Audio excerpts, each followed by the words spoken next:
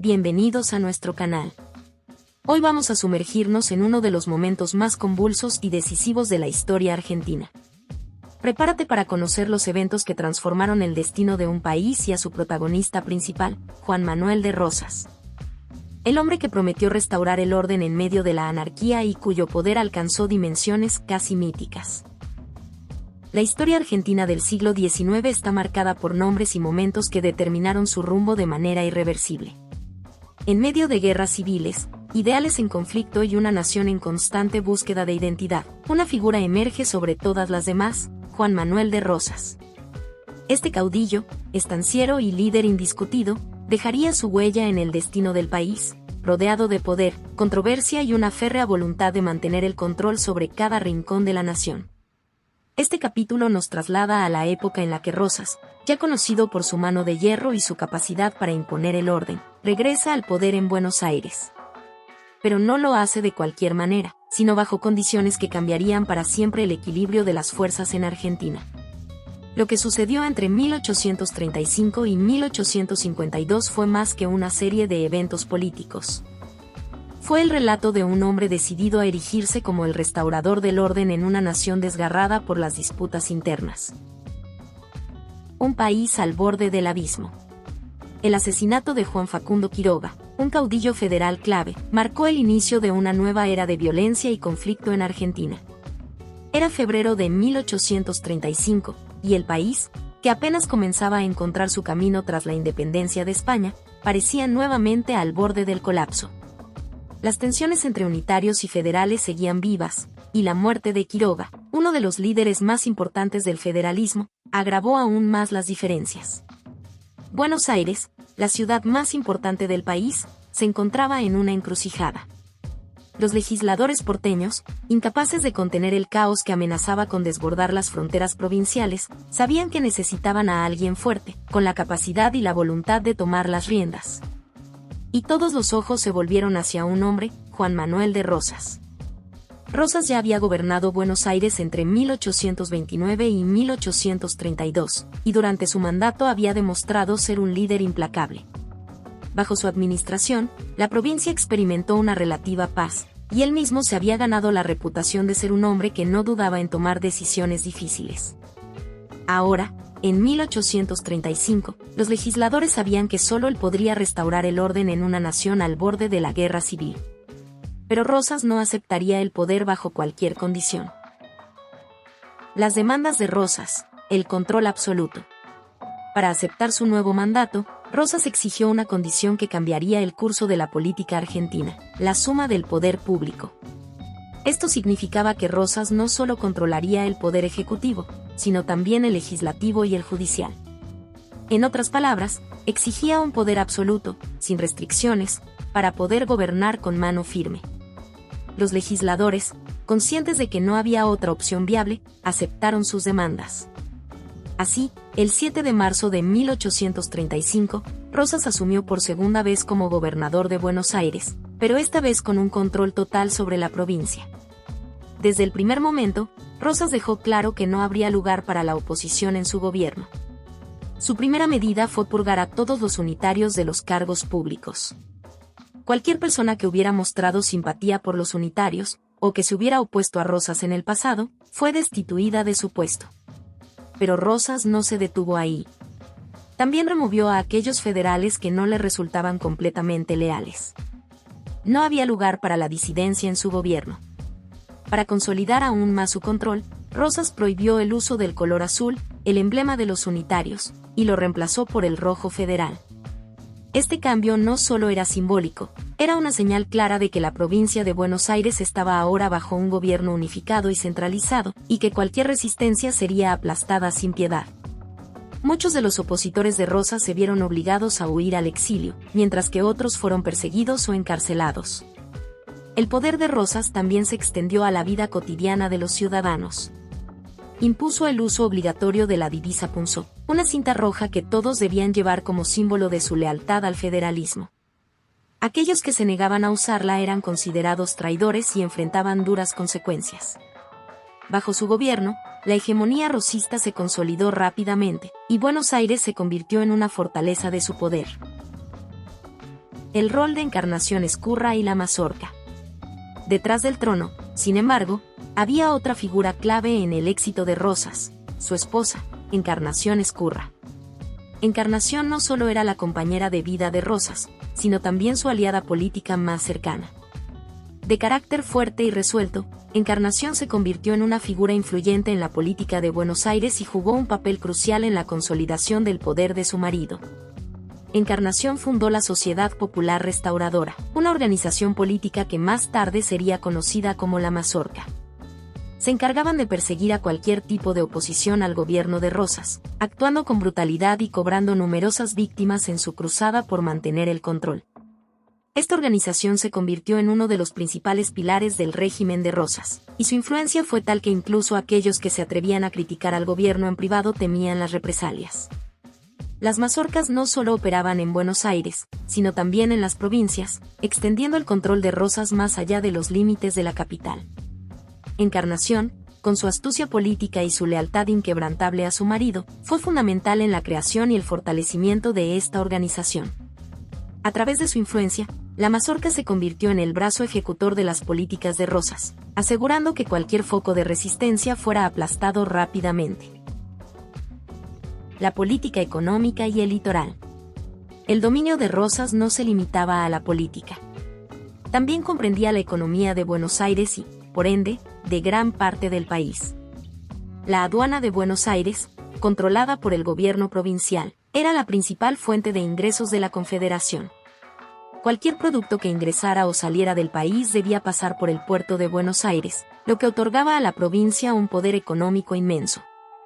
La principal actividad económica de Buenos Aires era la cría de ganado, y los productos derivados de esta actividad, como el cuero, eran exportados a Europa. El puerto de Buenos Aires se convirtió en la puerta de entrada y salida de productos hacia el viejo continente, y la provincia prosperó económicamente gracias a este control del comercio exterior. Sin embargo, este modelo económico no beneficiaba a todas las provincias por igual. El litoral, por ejemplo, también tenía una importante actividad ganadera, pero carecía de la aduana que tenía Buenos Aires. Esto significaba que las provincias litorales, como Santa Fe y Entre Ríos, dependían de Buenos Aires para poder comerciar con el exterior. La situación era aún más crítica para las provincias del interior, que no tenían acceso directo al comercio exterior y sufrían las consecuencias de la política liberal de Buenos Aires.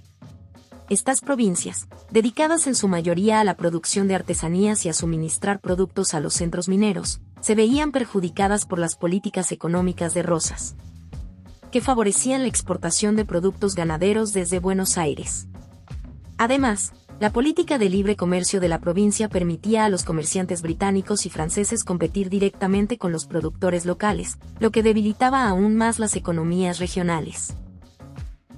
La Ley de Aduanas de 1836.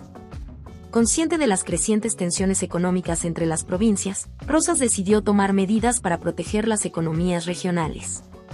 En 1836, promulgó una nueva ley de aduanas que restringía la entrada de ciertos productos importados, con el objetivo de fomentar la producción local y beneficiar a las economías del interior. Los efectos de esta ley se sintieron rápidamente. En Buenos Aires, la agricultura se expandió y comenzaron a surgir nuevas fábricas de utensilios domésticos y rurales. En el interior, industrias como la vitivinicultura y la producción de licor también se vieron beneficiadas por la protección del mercado interno. Sin embargo, esta política proteccionista no fue bien recibida por los comerciantes ingleses y franceses, que veían sus negocios afectados por las restricciones impuestas por Rosas. La presión de los comerciantes extranjeros. En Inglaterra, en particular, los primeros años de la era victoriana fueron testigos de un crecimiento económico sin precedentes. La revolución industrial había convertido al país en una potencia económica mundial, y los comerciantes británicos buscaban expandir sus mercados en América Latina. Sin embargo, la ley de aduanas de Rosas representaba un obstáculo para sus ambiciones comerciales. La presión de los comerciantes ingleses no tardó en llegar. A medida que sus productos encontraban cada vez más dificultades para ingresar a Buenos Aires, comenzaron a presionar al gobierno británico para que interviniera. Ante esta situación, Rosas se encontró en una encrucijada. Si mantenía su política proteccionista, corría el riesgo de enfrentarse a una de las potencias económicas más importantes del mundo. En un giro pragmático, Rosas decidió ceder ante la presión de los comerciantes ingleses y reabrió el puerto de Buenos Aires a los productos provenientes de Inglaterra. Este cambio de política, aunque necesario para mantener la estabilidad económica de la provincia, generó nuevas tensiones con las provincias del interior, que veían como sus economías volvían a verse perjudicadas por la competencia extranjera. Los jóvenes intelectuales y la generación del 37. Mientras Rosas consolidaba su poder en Buenos Aires y aseguraba su control sobre la aduana y la economía, un nuevo desafío surgía desde los círculos intelectuales de la sociedad argentina. Inspirados por las corrientes filosóficas y políticas de Europa, un grupo de jóvenes comenzó a cuestionar el autoritarismo de Rosas y a proponer un cambio radical en la estructura política del país. Este movimiento, conocido como la Generación del 37, estaba compuesto por figuras como Juan Bautista Alberdi, Esteban Echeverría, Juan María Gutiérrez y Domingo Faustino Sarmiento. Influenciados por el romanticismo europeo, estos jóvenes intelectuales creían que la única manera de modernizar Argentina era adoptar las ideas progresistas de Europa, pero adaptándolas a la cultura y las particularidades locales. Para la Generación del 37, Rosas representaba el pasado, un caudillo que gobernaba con mano de hierro y que, en lugar de promover el desarrollo del país, lo mantenía estancado en un régimen feudal. Estos jóvenes soñaban con una Argentina moderna, educada y abierta al mundo, pero sabían que sus ideas no serían bien recibidas por el gobierno rosista. La respuesta de Rosas fue rápida y brutal. Al percibir la amenaza que estos jóvenes representaban para su régimen, inició una persecución en su contra. Muchos de ellos se vieron forzados a exiliarse, y desde el exilio continuarían luchando por sus ideales. En particular, Sarmiento, quien más tarde se convertiría en presidente de Argentina, dedicó gran parte de su vida a criticar el régimen de Rosas y a promover la educación como la clave para el progreso de la nación. El bloqueo francés y el inicio de la Guerra Civil. En 1838, mientras Rosas continuaba consolidando su poder en Buenos Aires, un nuevo desafío se cernía sobre él, esta vez desde el extranjero. Francia, disgustada por no recibir los mismos beneficios comerciales que los súbditos ingleses, decidió actuar con firmeza. Cuando Rosas arrestó a varios ciudadanos franceses acusados de colaborar con los unitarios, el gobierno francés respondió enviando una flota al Río de la Plata y bloqueando el puerto de Buenos Aires. El bloqueo tuvo consecuencias devastadoras para la economía de la Confederación. Con el puerto cerrado, la entrada de productos esenciales se detuvo, lo que provocó una crisis de desabastecimiento en todo el país. Al mismo tiempo, la prohibición de exportar productos impidió el ingreso de divisas, lo que sumió a Buenos Aires en una grave crisis económica. Las reservas fiscales se agotaban rápidamente y Rosas se vio obligado a tomar medidas extremas para evitar el colapso total. Uno de los efectos más dramáticos del bloqueo fue la reactivación de los conflictos internos en Argentina. Aprovechando la situación de debilidad en Buenos Aires, los opositores de Rosas, tanto en el exilio como en las provincias, comenzaron a organizarse para derrocar al restaurador. En particular, en el sur de Buenos Aires, un grupo de estancieros descontentos con las políticas de Rosas formó el movimiento conocido como los Libres del Sur. Los Libres del Sur, liderados por estancieros como Pedro Castelli y Manuel Rico, planeaban sublevar los regimientos de la campaña bonaerense y marchar sobre Buenos Aires para derrocar a Rosas. La rebelión estalló en 1839, pero rápidamente se enfrentó a la superioridad militar del gobierno rosista. A pesar de contar con el apoyo de algunas provincias, el movimiento fue sofocado y sus líderes fueron capturados o exiliados. La insurrección de Lavalle y la expansión del conflicto. Mientras los Libres del Sur eran derrotados en Buenos Aires, una nueva amenaza surgía en la provincia de Entre Ríos.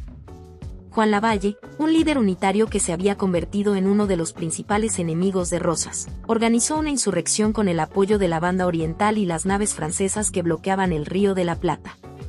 Lavalle, quien había fusilado al caudillo federal Manuel Dorrego en 1828, buscaba ahora derrocar a Rosas y establecer un gobierno unitario en Argentina.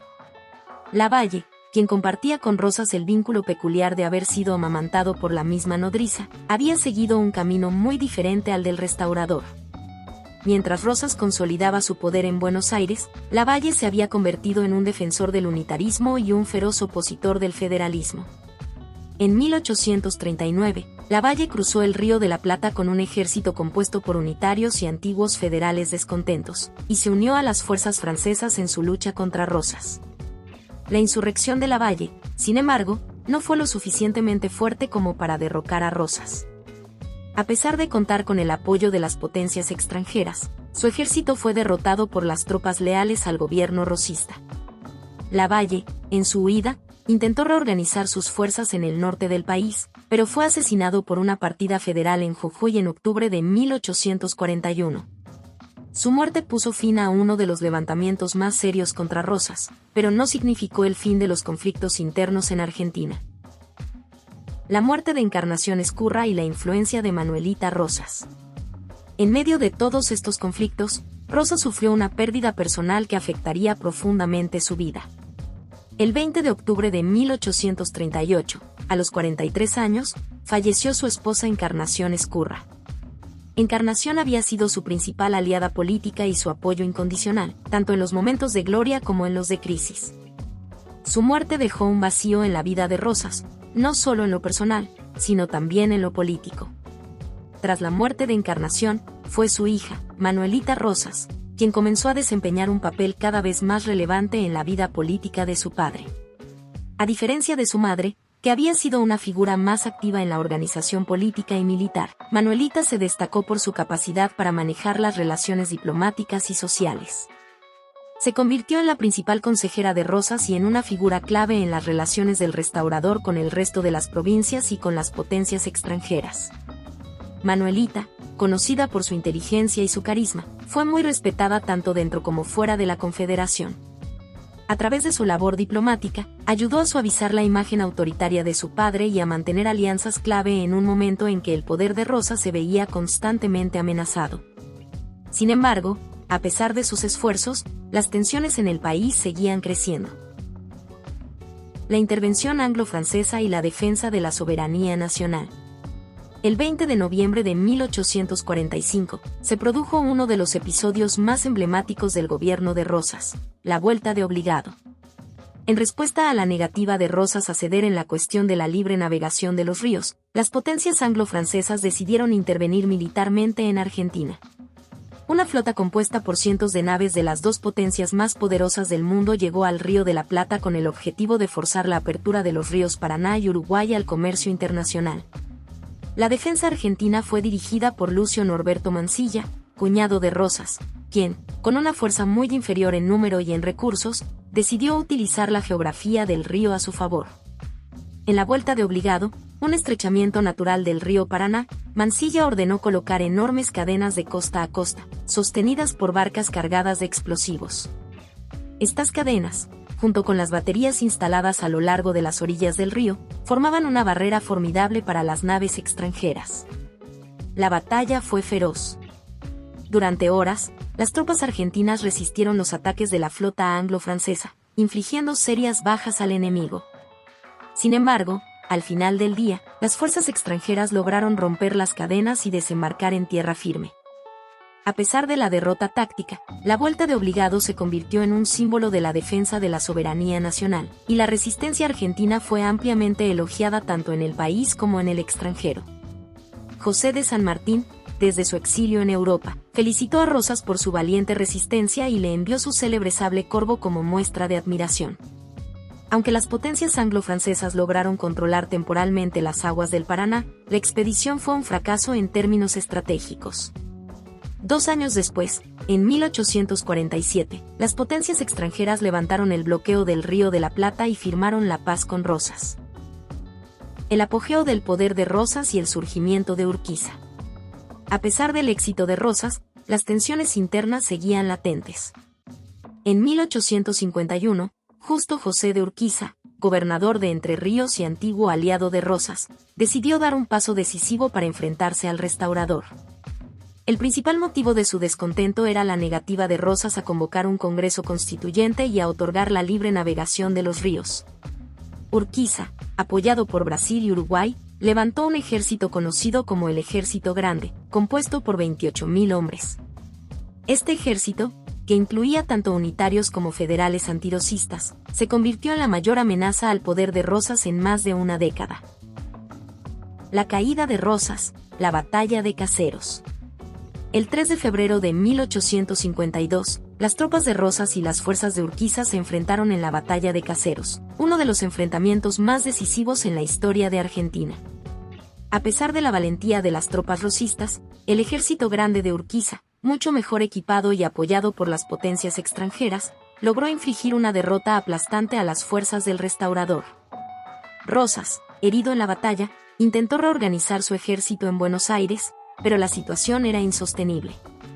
Al darse cuenta de que su poder había llegado a su fin, presentó su renuncia y se exilió en Inglaterra junto a su hija Manuelita. Buenos Aires quedó a merced de las tropas de Urquiza, y el régimen de Rosas, que había durado casi 2 décadas, llegó a un abrupto final. Así llegamos al final de esta etapa de la historia argentina. Si te ha gustado, no te olvides darle like, suscribirte y activar la campanita para que te enteres de nuevas entregas. ¡Hasta la próxima!